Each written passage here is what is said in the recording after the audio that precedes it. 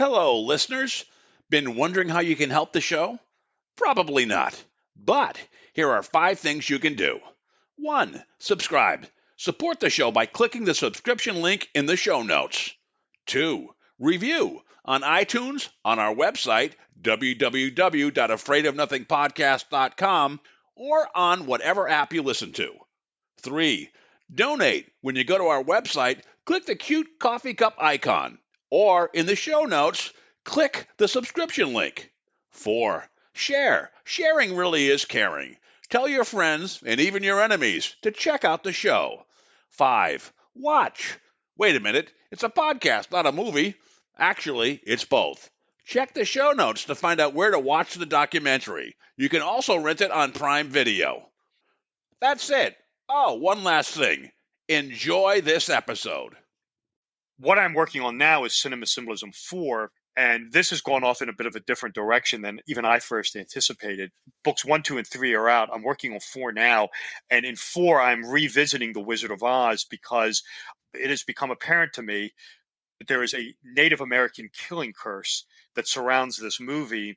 Of all the stuff I've done in my life with the books, whether it be the Royal Arch, with the Masonic symbols and the hidden, the historical anomaly, the movie symbolism. I mean, you get into stuff like The Wizard of Oz, The Shining, Black Swan, The Alchemy. I mean, that's all fascinating. That's all good and fine. This thing with The Wizard of Oz is, without question, the most fascinating thing I've ever examined. I mean, I can't even think of a close second.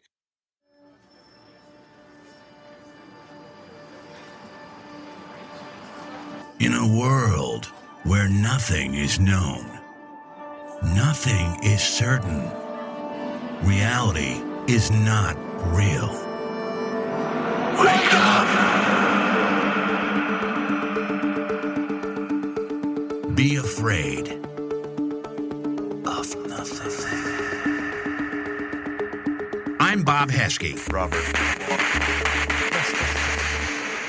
The host with the ghost. This is my podcast, based on my paranormal documentary, Afraid of Nothing. Each episode, we talk to people who see life and the afterlife through a different lens. Join me. Who is this large man? And what's he doing in our bedroom? As we lift the veil and open our minds to see beyond our eyes lie. This is Afraid of Nothing.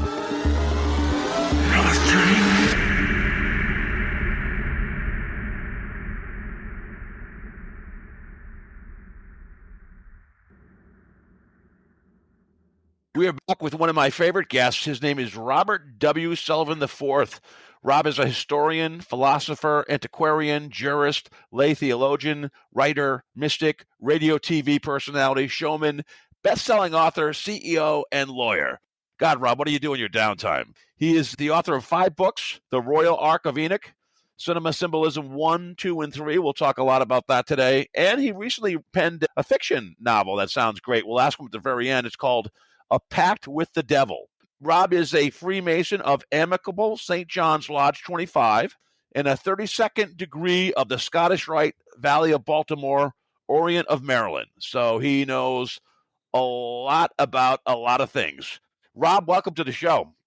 Yeah, thanks, Bob. Thanks again for having me on the Afraid of Nothing podcast. It's my pleasure to be here this evening. I'm double teaming with my friend Kyle Carvin, who's an actor and has a natural interest in this subject. So, Kyle, thanks for coming on board. Absolutely. Always a pleasure to be here. Happy to talk with you guys. Rob, if we can start just defining what cinema symbolism is. Right. So the way I define it is, and what the premise of the books are about, is essentially latent, esoteric, occult symbolism appearing in cinema. I believe a lot of the times it's intentional. I believe there are sometimes it is not.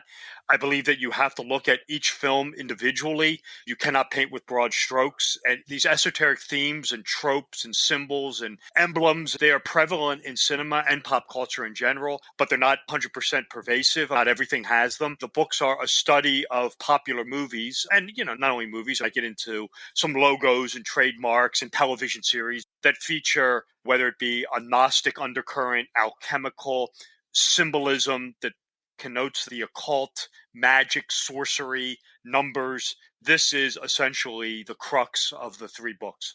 We'll talk about those in a minute. First, you were a Freemason. You attained the highest rank of that, 32 degrees. And so obviously there's a lot of symbolism in Freemasonry that helped get your antenna up. Right. I am a 32nd degree Scottish Rite Freemason. There's actually one degree above that, which is the 33rd, but that's honorary. You can't solicit that. That has to be bestowed upon you.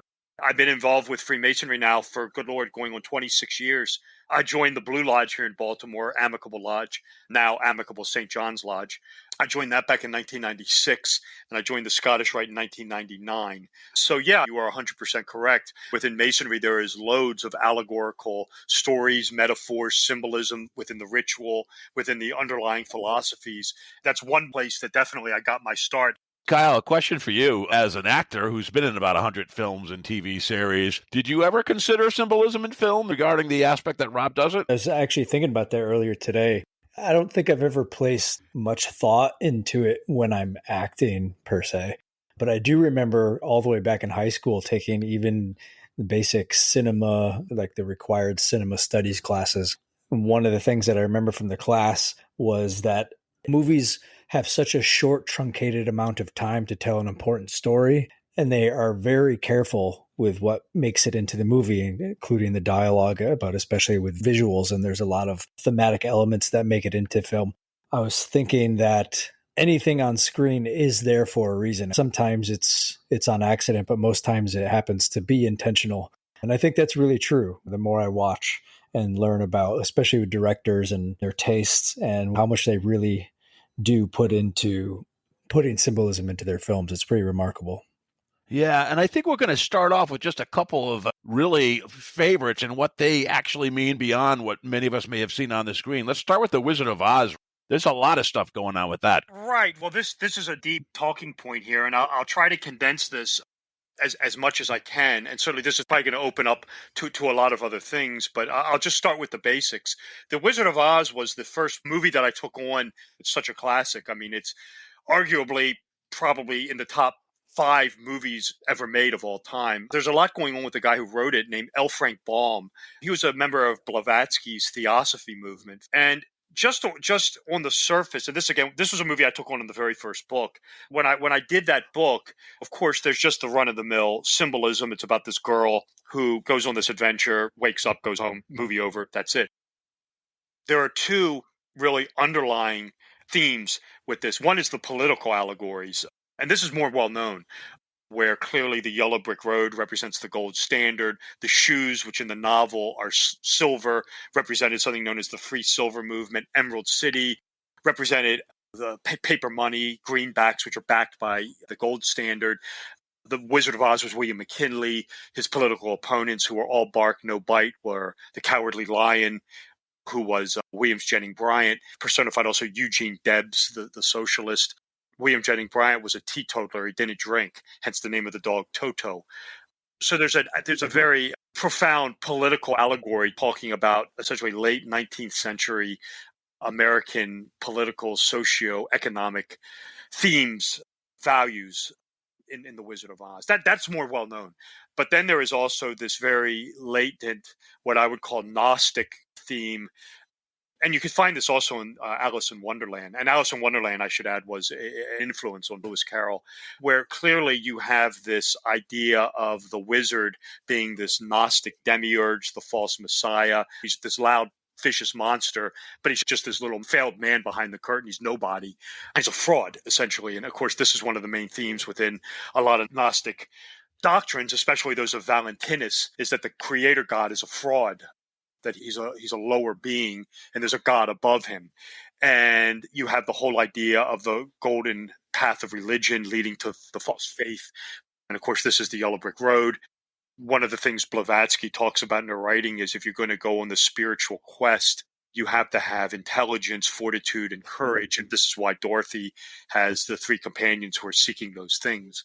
This also ties into when you're dealing with Gnostic thought. And of course, the idea is that at the end, and this is kind of like what happens in Alice in Wonderland, is Dorothy has her Gnostic awakening, her epiphany, her third eye is open, where she comes to realize, she comes to know herself, which was the teaching of the mystery religions, where she realizes there's no place like home, which is her Gnostic epiphany. And you can look at this also as along the way, There's challenges. She has to get through the haunted forest, the flying monkeys, the forest with the trees to throw the apples. Of course, the poppy field, even in Emerald City. This reflects these Gnostic, Kabbalistic doctrines of having to pass through these, what are called spheres of spiritual purification. They're aeons, they're emanations of the Godhead, and they're spiritual challenges that let you evolve. In Kabbalah, the fifth Sephirah, Gevurah, represents the evil female archetype, and that's clearly meant to be the Wicked Witch. And of course, you have the Pink Floyd thing also. Does it sync with Dark Side of the Moon? And apparently it does. I'll be honest with you, I've never tried it, but it's something I'm intending to do, because what I'm working on now is Cinema Symbolism 4, and this has gone off in a bit of a different direction than even I first anticipated. Books 1, 2, and 3 are out. I'm working on 4 now, and in 4, I'm revisiting The Wizard of Oz, because it has become apparent to me that there is a Native American killing curse that surrounds this movie.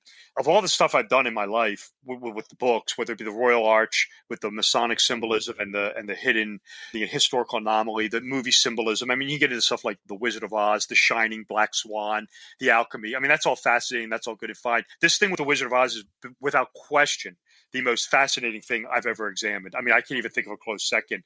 It centers around this killing curse that I believe was put on L. Frank Baum by the Native Americans. There's a reason for that. But for some reason along the way, it doesn't become active or kinetic until The Wizard of Oz is being made. It has latched on, this curse has latched on to the gematria and Kabbalah of this English ceremonial magician named Aleister Crowley, of all things. And it is using Crowley's gematria to announce this new age of Horus. You have to go back and read Crowley. It's a bit of a long story, but at any rate, it's this death hex that becomes active in 1938, 1939, and essentially it's this new age, the sun in this new house of Aquarius designating itself, and it syncs with everything Crowley says. It's amazing. You look at the Book of the Law, you look at the Book of Lies, you look at his gematria, everything syncs. What makes this so interesting to me is when you look at these tragedies that have gone on since 1938, 39 up until present. I mean, this includes all of them. This is 9/11, JFK assassination, Columbine, World War II, Hiroshima, Nagasaki. You will inevitably find these numbers surrounding these events that literally come straight out of Crowley's gematria that mean the Wizard of Oz. So I'm working on this as Cinema Symbolism 4, and when I was doing this light bulb went off over my head. And I thought, as I'm doing this, I'm still like finding this stuff popping up. I thought, well, wait a minute. I thought this will go on forever. So what I'm going to do is I'm working on Cinema Symbolism 4, but on the side, I'm going to do this other book called Cinema Symbolism 77, which is one of the key numbers in this. And I'm going to document all the stuff with the Wizard of Oz. It's going to just be a solid Wizard of Oz edition where we're going to get into the Kabbalah, the Gnosticism, Pink Floyd, and the political allegories, and most definitely Aleister Crowley and this death hex. So that's what I'm working on right now. So the killing thing, what triggered it? And I also think of a film like Poltergeist or even The Exorcist, and The Omen, which have bad stuff that happens to people that were in the film afterwards. It seems like The Wizard of Oz really has some unique numerology built into it. A couple things with what you asked. Is there curses surrounded movies? Yeah, there seems to be. There's definitely some bad ones with The Wizard of Oz. And The Exorcist. The Exorcist actually ties into this thing with The Wizard of Oz, believe it or not. One of the two key numbers that come out of Crowley's gematria are 77 and 42. If you read Crowley's gematria, 77 represents Oz, O-Z.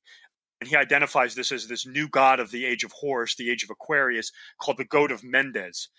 This is Baphomet, the goat god of the Templars. Crowley specifically says in his works that Oz, O-Z, is this goat god and is this new aged god of this age of Aquarius, age of Horus, and its number is 77. The other number is 42, which is the rainbow. And the reason why 42 associates with the rainbow is human beings can only perceive rainbows at 42 degrees.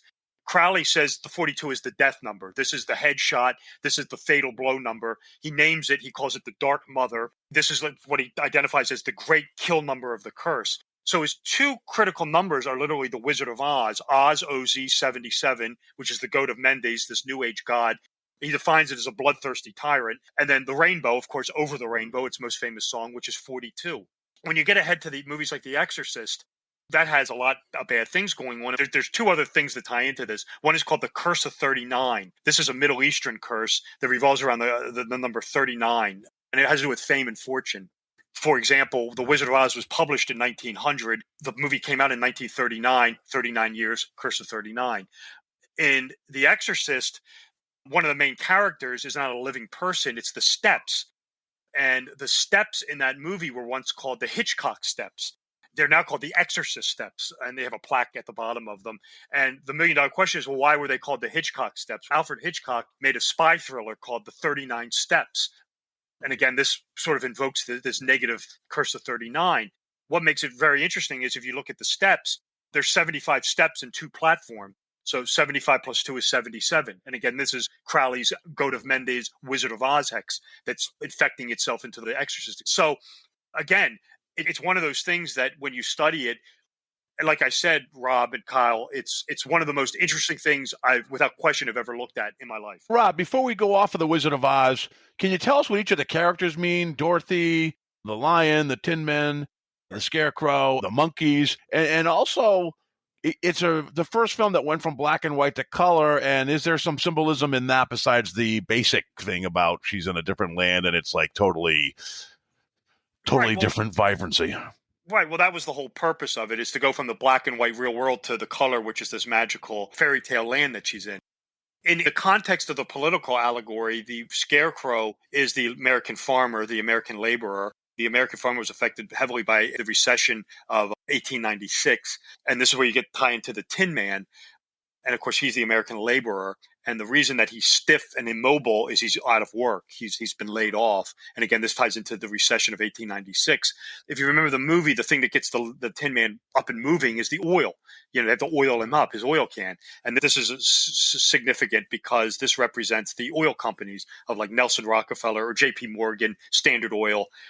And of course, the oil companies were the ones who helped ease the recession by employing the American laborer. So that's what the Tin Man, and of course, the Cowardly Lion I went into already. So that's more of the political side of the Wizard of Oz. Could you repeat the lion, what he represents? It's the political side of it. That's the okay. opponents to William McKinley, who is the wizard. It's William Jennings Bryan and Eugene Debs was the socialist. They were all bark but no bite. They never won. They never really came close to defeating McKinley, who was elected to 2 terms. He was killed in 1901, but he was assassinated in 1901. So the Cowardly Lion is a personification of McKinley's political opponents who were all bark but no bite. Films have things intentionally in them, but also they're precursors to what happens. And one of the classics is 9/11. For example, you've mentioned films like The Matrix, Fight Club, Vanilla Sky, and even The Simpsons. Can you cover that at a high level for our audience about how this was planted before the event happened? Yeah. There's a lot more to them, and there's a lot more creepy ones that I've subsequently discovered. When it comes to movies being prophetic, I have mixed emotions on this now. There's different mechanisms that can explain this. It could be some sort of predictive programming of some kind. It could tie to Carl Jung and Emanuel Swedenborg, what are known as synchronicities and correspondences, where media is just inherently powerful. And it almost acts as like a countdown with a lot of these other tragedies. It almost, to me, looks like a supernatural event. And I almost tie it in, I know I do in the new book, tie it into this death curse. You can find it in movies like The Matrix with Neo's passport expiring on September 11th. And again, if you remember, The Matrix was all about death and resurrection. And again, the 9/11 event is sort of what I would define as this road sign for the end of Pisces, start of Aquarius, or Crowley's Age of Horus. Crowley mentions this point blank in his works. He calls 9/11 the supreme ritual, that's celebrating the precession of the equinoxes. That's in the Book of the Law. Movies like Vanilla Sky, which came out after 9/11 but was filmed beforehand, where Tom Cruise jumps off a super skyscraper in front of the World Towers. And of course, this recalls the people jumping off the Twin Towers. There's a couple more that are really creepy that I've recently discovered. One of them is the video game system Atari, the Atari 2600 unit. That was actually released on September 11th, 1977. And again, 77 is a key number in all this. It came out in 77, and the word Atari comes from the Japanese word ataru, which means to hit the target. And the game that you got with it when you bought the Atari 2600 unit was a game called Combat. And it featured these 3 little games, with tanks and stuff. The word combat in Arabic means jihad. So you have 9/11 jihad, hit the target. all in the Atari 2600. And again, it's September 11th, 1977. And again, 77 syncs with this Native American Crowley death hex. The other one that's really macabre, and this one I didn't even want to believe it. Find this on YouTube. People who had videotaped morning shows when 9/11 was happening, when it was unfolding in real time.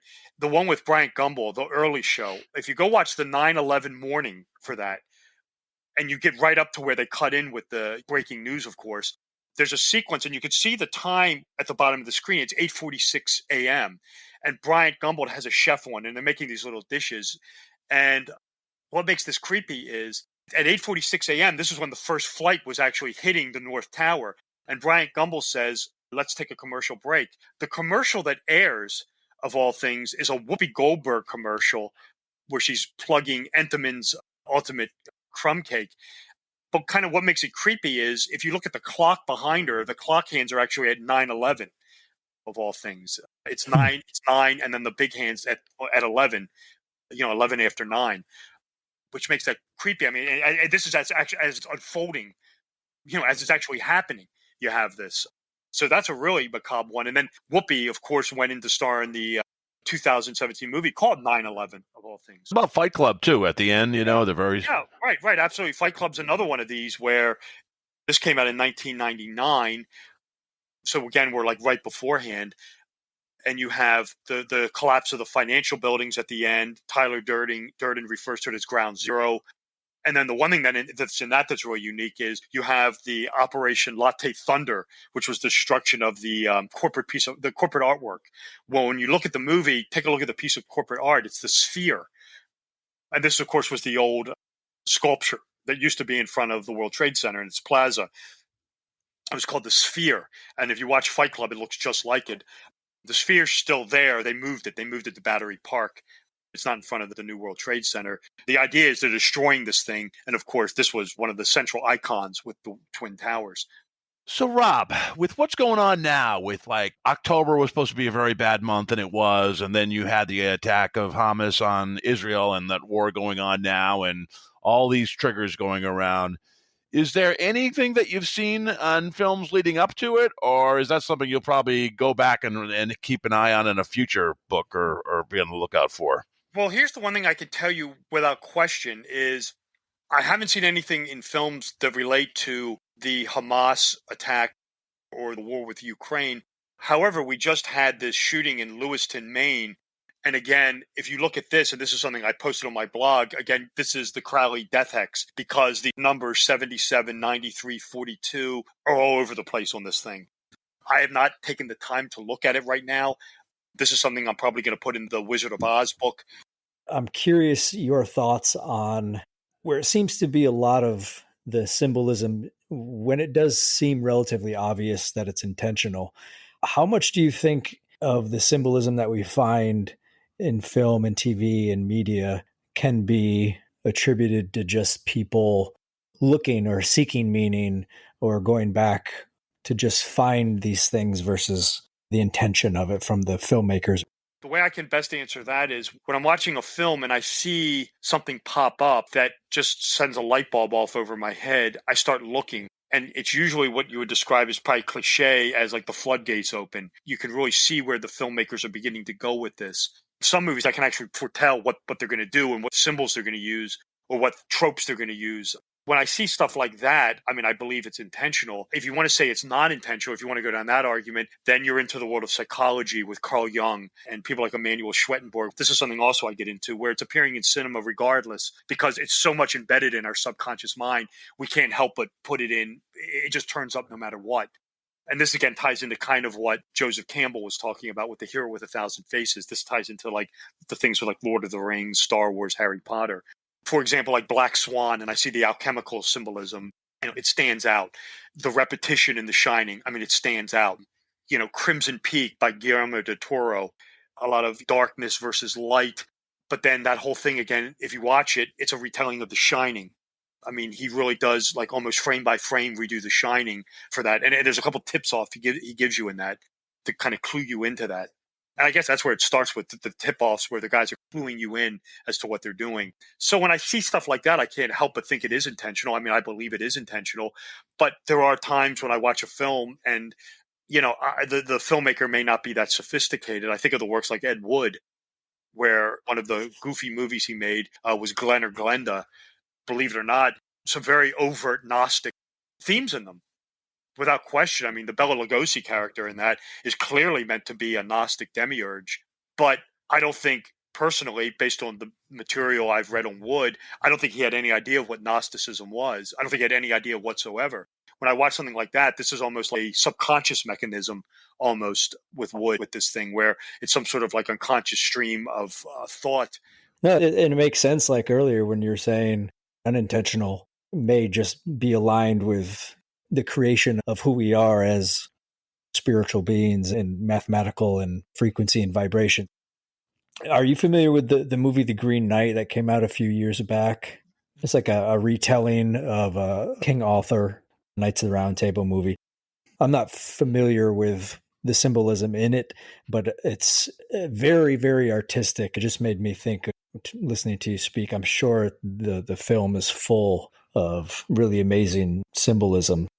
If you're interested in King Arthur, the one movie, the King Arthur story is another one of these monomythic tales. Those are easy to spot, where King Arthur clearly personifies the sun, just like Luke Skywalker, Harry Potter, Frodo Baggins. It's the solar godman archetype. And again, this is what King Arthur is, where you clearly have the round table being the house of the zodiac, the knights being the zodiac who help him on his journeys and on his quests.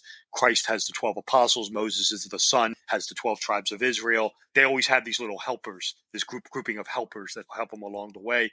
The best movie to see the astrological solar symbolism in the King Arthur is, without question, the John Boorman movie Excalibur from, I believe, 1979. Oh, yeah. Mm-hmm. That's got everything you want in it. That's got the sun in the winter months, the resurrection of the sun in the spring, the end of it. I mean, you've got Mordred, who is Scorpio. And of course, when he's exalted, he wears the golden armor, signifying the sun in the house of Scorpio. And of course, this is Set or Typhon, Judas Iscariot, the traitor figure.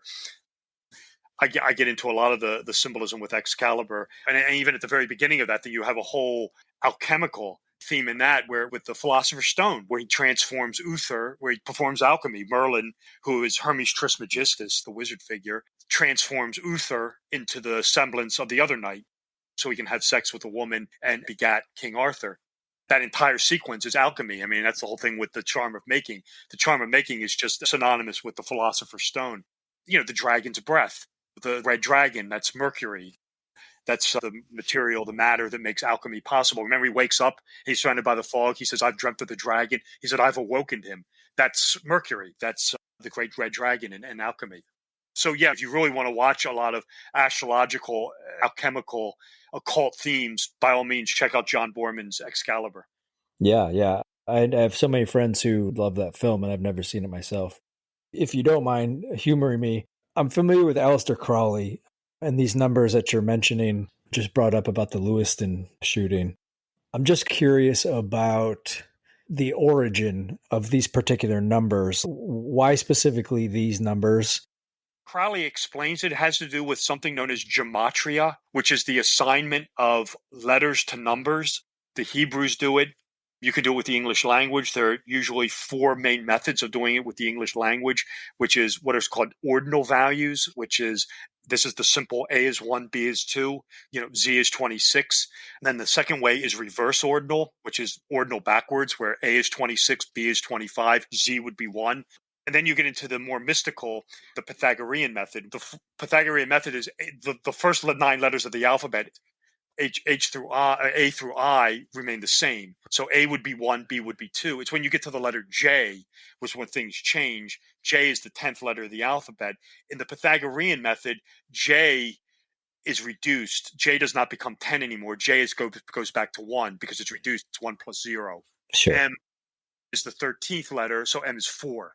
So that's the way that works. And then you have reverse Pythagorean. The same thing, only backwards. So A, the letter A with reverse Pythagorean would be 26. So that would be 2 plus 6. If you read Crowley's work, he was obsessed with this, was trying to find these things, numbers, whether it be Awas or the goat of Mendez. He gives you a lot of times as to how he generates these numbers. You can read about it in the Book of the Law. You can read about it in Liber 418. You can read about it in the Book of Lies. 777 has it. So, for example, the way he generates the number 77 for the goat of Mendes, it's two Hebrew letters, Ayin and Zion. And Ayin, it has the number value of 7 in Hebrew gematria, and Zion is the value of 70, so 77. You get the word Ayin and Zion combined, give you the word Az or As, and that has the value of 77. And Az or Az means he-goat in Hebrew, or she-goat. So hence, this is the goat of Mendes. Another key number of this is the number 93. This is a number that designates do what thou wilt shall be the whole of the law, Thelema. You turn to Greek gematria, the phrase do what thou wilt, love and will, has a value of 93. And he also generated it when he gets the book of the law dictated to him by this holy guardian angel named Awas. Awas's number is 93 in gematria. So this is a key number for Crowley. And again, just to extrapolate out, 93 turns up all over the place on 9/11, as does 77. It's as does 42, the Dark Mother, the rainbow. It is astounding how pervasive these numbers are on that day. That's fascinating. So these numbers, are they just, I guess I'm just trying to make sense with my puny human brain here. Like 42, like these numbers that are very relevant.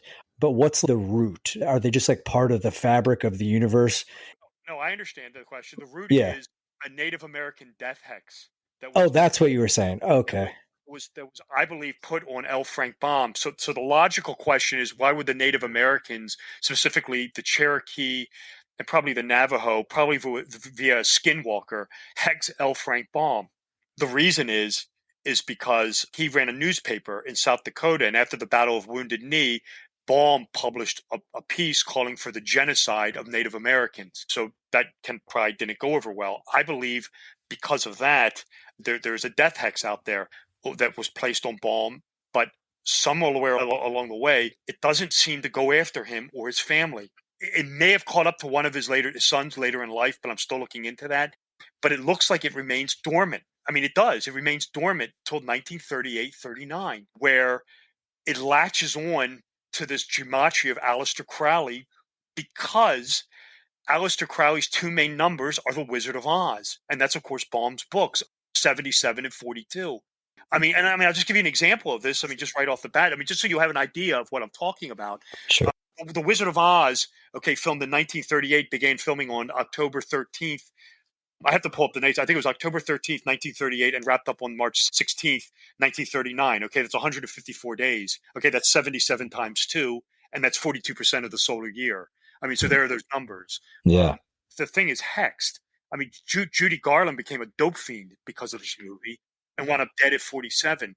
The stunt double who played the Wicked Witch, Betty Danko, almost had her leg blown off. Margaret Hamilton, who was the Wicked Witch, was badly burned in the scene where she goes up in flames in Munchkin City.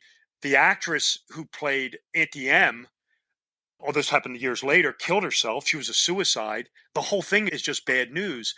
The one thing that was very influential with the Wizard of Oz is, of course, on the Third Reich, is Nazi Germany. One of the big influences on this, and this is what Rob was asking about, was Technicolor. Joseph Goebbels, who was the propaganda minister, saw the Wizard of Oz, and this motivated him to compete with it. And he made this movie. It was German propaganda called Munchausen, The Adventures of Baron Munchausen, which I believe came out in March of 43, exactly 42 months after The Wizard of Oz was released in 1939.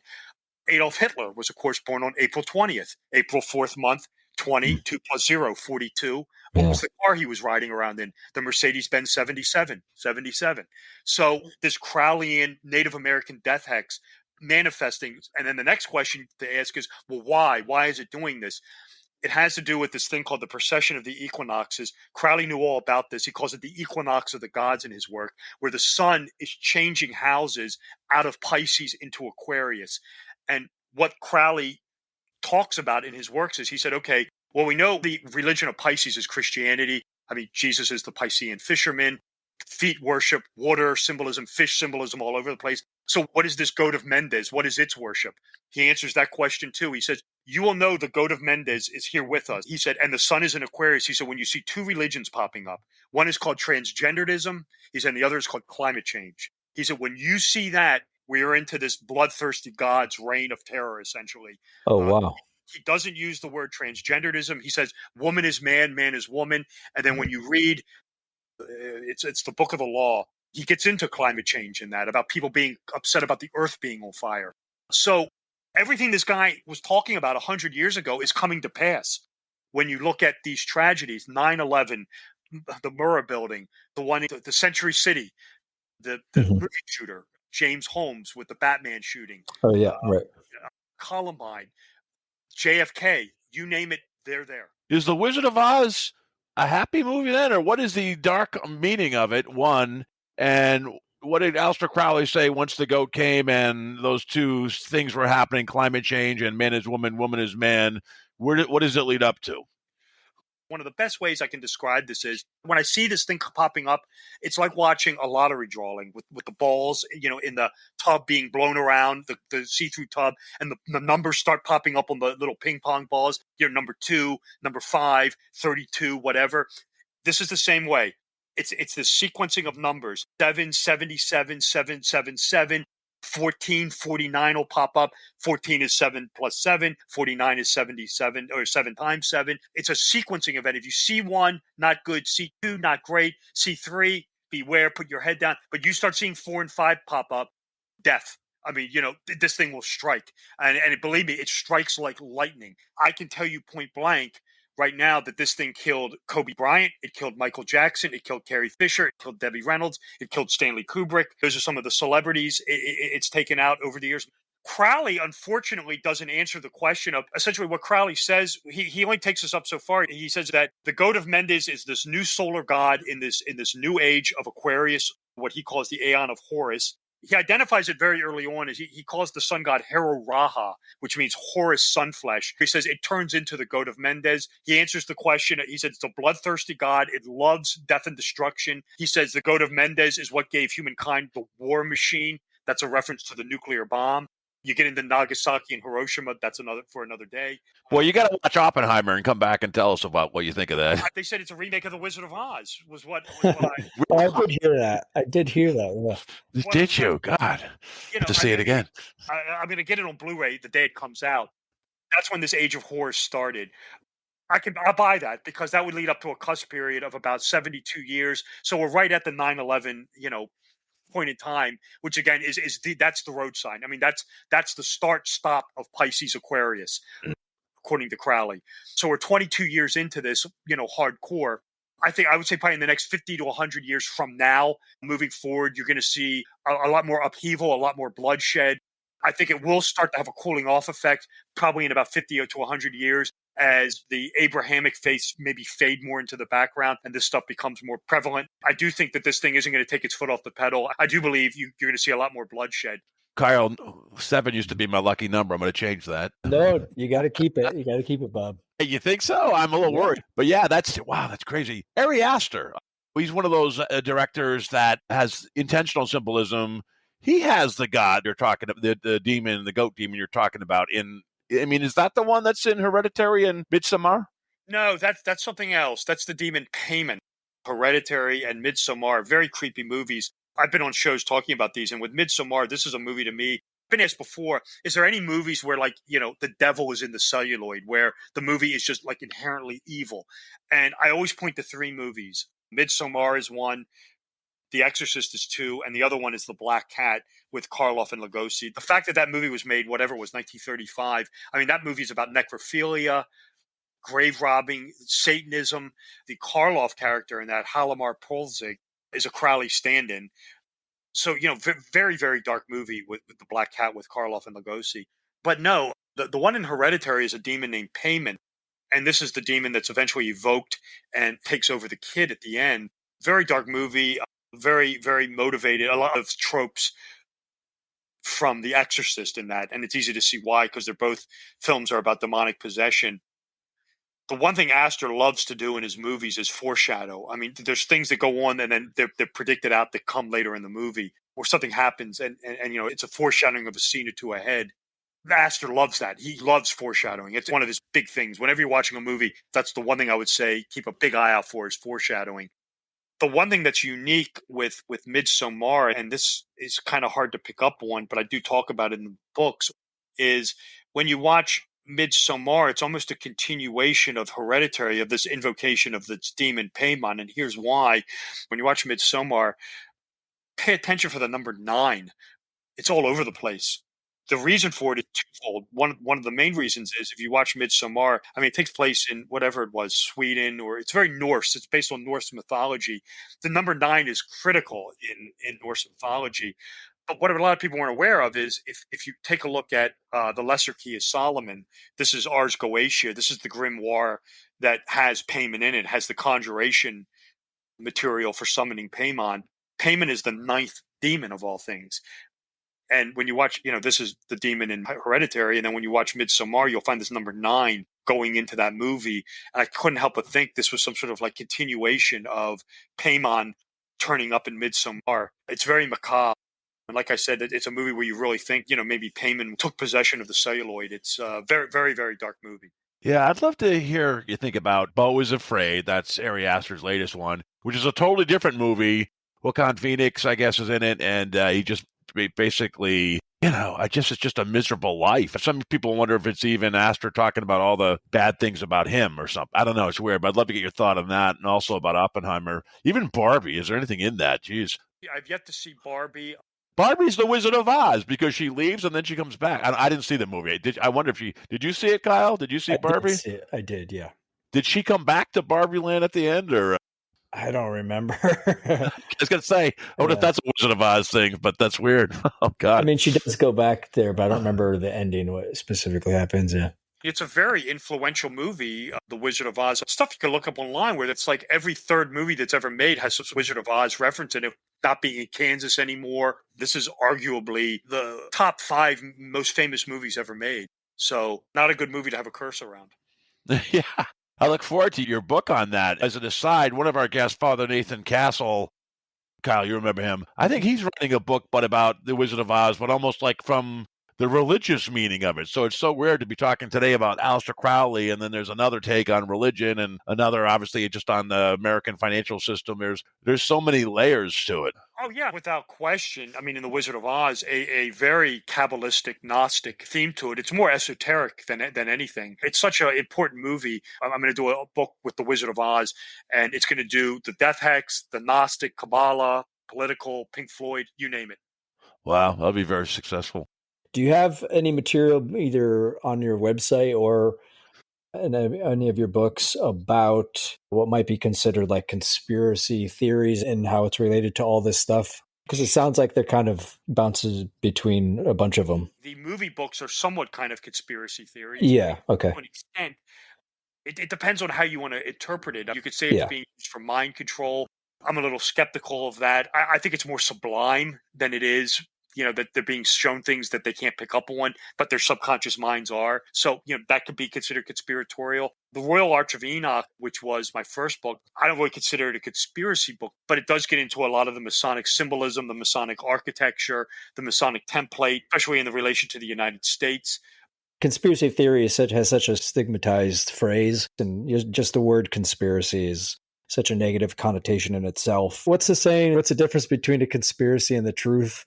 Like 5 years or something like that. I don't remember what the saying is, but yeah, I mean, it's the books. I would say Royal Arch and the others. You could consider them to have a conspiracy bent to them, but I looked at them as more like analyzing movies from an esoteric lens, which some people would consider conspiracy. But again, that's probably it's more mysticism, isn't it? Though, Rob, there's like a mysticism angle to it. I agree with what you said. It is mysticism, but there's a lot of people out there that consider anything mystic to be dark. Right. It's sinister and therefore conspiracy. The one thing I would say is when it comes to taking on these movies is every movie has to be looked at individually. I mean, you can't lump these things together or paint with a big brush. Every movie has to be looked at on an individual basis.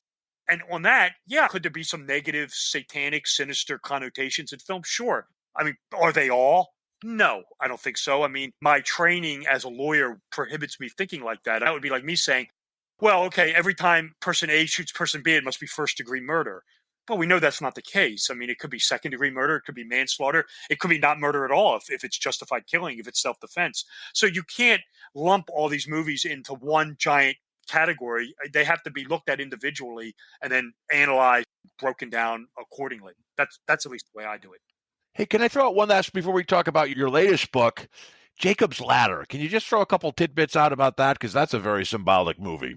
Yeah, that's a movie I took on in book 2. I very much like that movie. That's, again, another one of these movies that I would put into sort of a Gnostic theme. Gnostic movies and alchemical movies walk hand in hand. They're very similar, but there's usually a couple things that make it a little more alchemical than Gnostic, although I'll be the first to admit I'm hair-splitting. It incorporates this Gnostic idea because ultimately the guy, the Jacob Singer character, this is the Tim Robbins character, is living in a false reality. And anytime you're in a false reality, that's an inherently Gnostic theme that comes out of the world of Valentinus, that ties into things like The Matrix or Vanilla Sky, movies like that. So it's an inherently Gnostic film.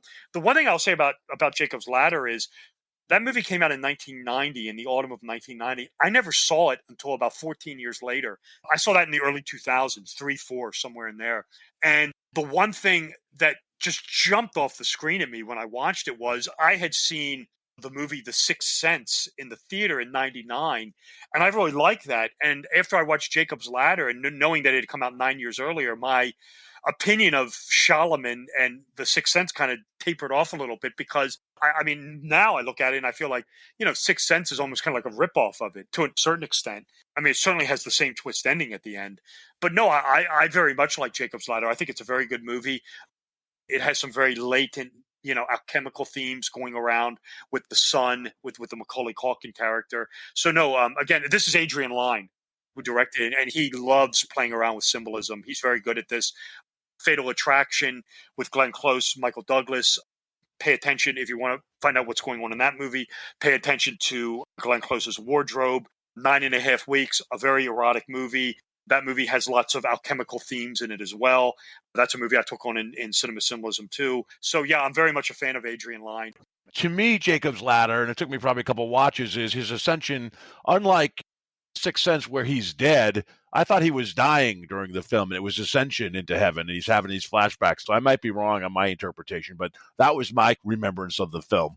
Yeah, he's clearly not in the real world. It's the idea of having to let go of the material realm, which is a very Gnostic theme. I mean, this is the same thing you find in The Matrix, where Neo has to learn to let go of the world that he's in, abandon materialism for the spiritual reality. So tell us your website, where we can get your books, and talk about A Pact with the Devil. Yes, well, my website, for starters, thank you guys for having me on. It was my pleasure to be here. I think this is my second time I was on, and absolutely. Yes. When we get the Wizard of Oz book out of Cinema Symbolism 4, I'll definitely return. And anytime you want to have me on, it's not a problem. My website is my name. My name is Robert W. Sullivan IV. My website is just that. It's www.robertwsullivan, and then the letter V for the fourth.com, robertwsullivan.iv.com. Very easy site to navigate, links to buy the books, information about me. Anytime a new show gets posted or gets put up, such as this one, it'll be put up, or at least a link to it will be. And links to purchase all the books are there. They're on all the major online sites. The latest book I released was A Pact with the Devil. I actually had published this originally.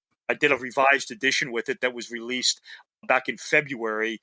I wanted to tweak it a little bit. There were some things I wasn't happy about in the original that I just wanted to clean up a little bit.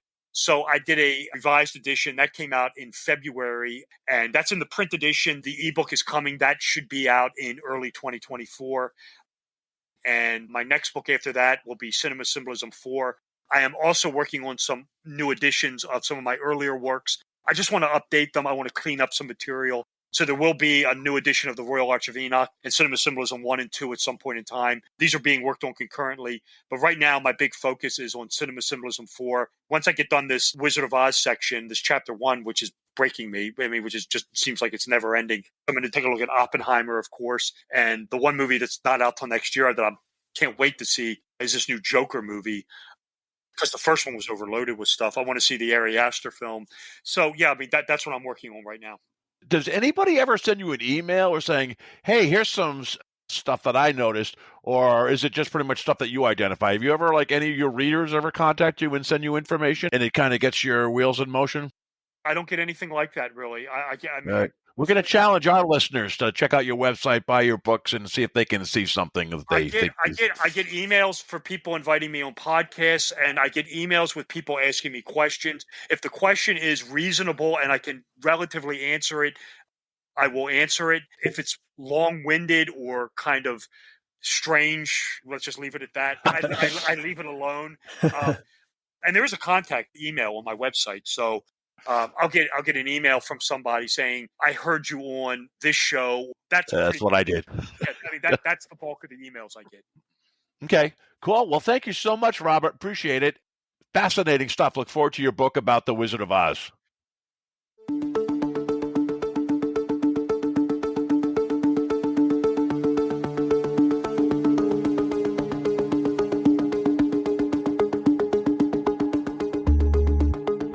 You've been listening to the Afraid of Nothing podcast. Please subscribe and like us on Facebook. Until next time, stay scared.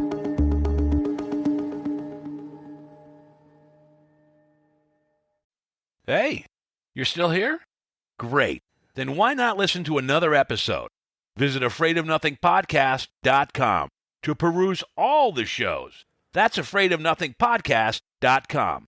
And while you're there, click the coffee cup icon to buy me a coffee and leave a review. I'll give you a shout out in an upcoming episode, and the world will know how swell you are.